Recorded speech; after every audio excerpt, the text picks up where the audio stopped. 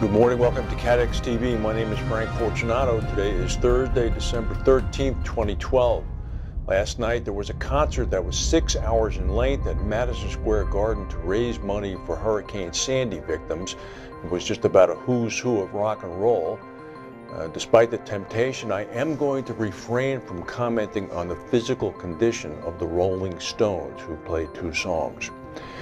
More on Hurricane Sandy. XL Group down in Bermuda has put a preliminary loss estimate from Sandy at about $350 million. About $210 million of that will be passed up to their reinsurance operations.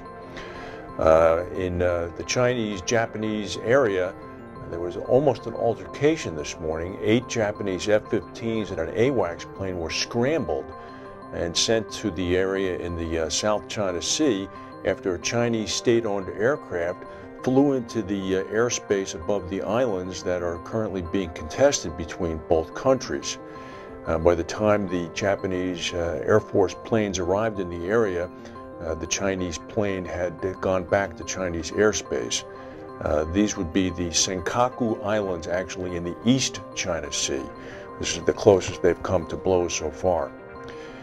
Very interesting news in the Middle East. Syria's most powerful ally, Russia, for the first time today said that President Assad is losing control of his country and that the rebels might just win the civil war.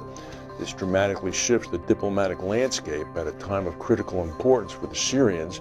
Deputy Russian Foreign Minister Mikhail Bogdanov gave no immediate signal that Russia would change its policy, but he did say we must look at the facts. There is a trend for the Syrian government to be progressively losing control over an increasing part of its territory.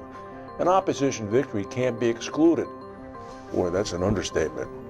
Hugo Chavez, the Venezuelan president, is said to be in delicate condition. This is after a 6-hour cancer operation in Cuba yesterday. This is his 4th cancer operation since he announced he had cancer, I believe, back in 2009. He probably will not be able to attend his January 10th inauguration for a new 6-year term as president. It seems as if the Venezuelan media is readying the people for his passing from the scene. Former XL CEO Brian O'Hara has a new business in Bermuda that he says is just about at the goal line, ready to launch. There was an article in the Bermuda Gazette today by Jonathan Kent. The company is called Front Street Advisors.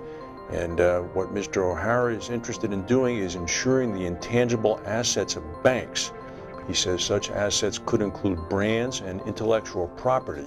He said once an insured value is placed on these items, intangible although they may be, it would be easier to derive an actual physical value for them that could perhaps be used on the asset side of a bank's portfolio and require them to reserve or hold less money. Very interesting idea. Neil Eckert, who has a Midas touch in that everything he touches turns to gold. He's made at least 3 fortunes that I know of. He's the former founder of Brit Insurance, has now become a non-executive director at Gallagher International in London.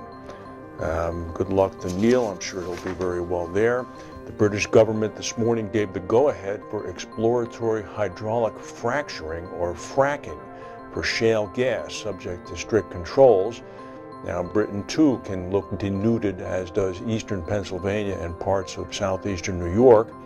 The British are obviously interested in potential new resources at a time when North Sea oil begins to dwindle. And in Thailand, the former Prime Minister Abhisit Vejjajiva has been charged with murder. Mr. Abhisit was formally charged at Bangkok's police department today. At least 90 people were killed and about 2,000 wounded back in 2010 when the government and the red shirt protesters were fighting in the streets over control of the capital. The charge against the former prime minister relates to the shooting of a taxi driver. That's the news for today. If we have any breaking news, we'll come back and tell you. Thank you for watching, and we'll see you tomorrow.